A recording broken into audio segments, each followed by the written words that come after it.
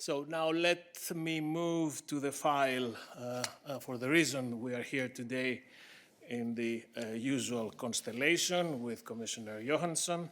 When we presented our pact on migration and asylum, we were very clear that we need to produce a new ecosystem on returns.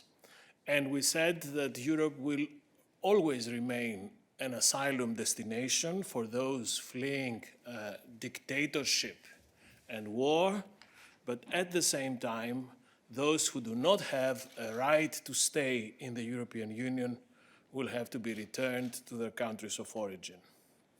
It is not a secret that the European Union did not do particularly well on returns so far. In 2019, about 500,000 people had received return orders and only 142,000 were actually returned. That means that we're managing roughly the 1/3 of those who should leave.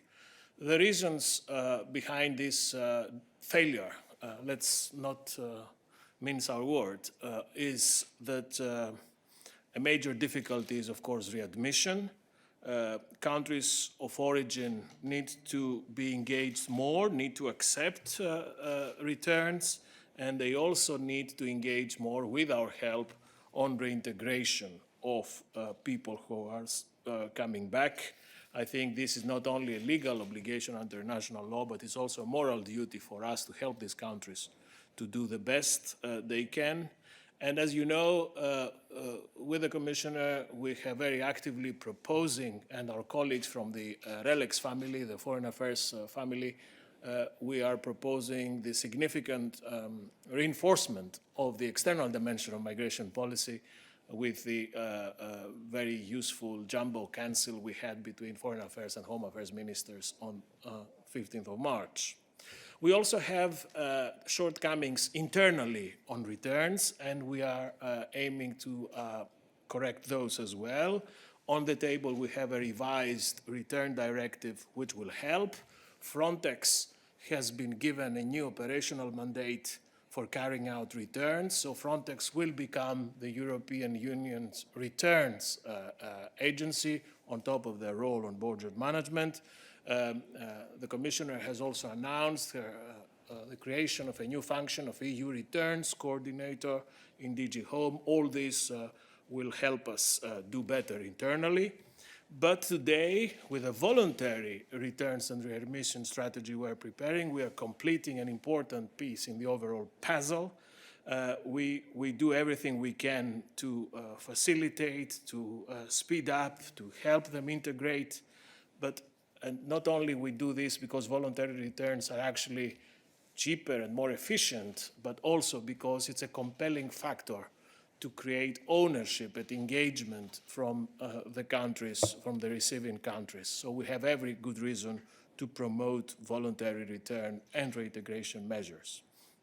As you know, in our pact proposals, returns have always been central. And I just want to remind you of two novelties that we introduced there. First, a new return border procedure linked to the screening procedure, which is a new element that will allow us to operate in a fast and effective manner to prevent illegal migration and unauthorized movements.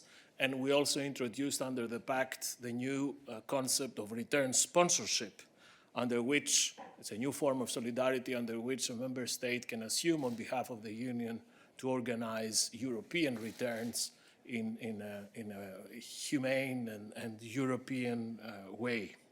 So the Commissioner will give us a bit more detail on today's package and what we can do specifically to promote voluntary returns. Let me finish as I started. Returns will have to be part of the overall policy mix of European migration and asylum policy. Or put otherwise, there will be no European policy for migration and asylum without a significant returns procedure. And today's initiative is an important piece of the overall puzzle.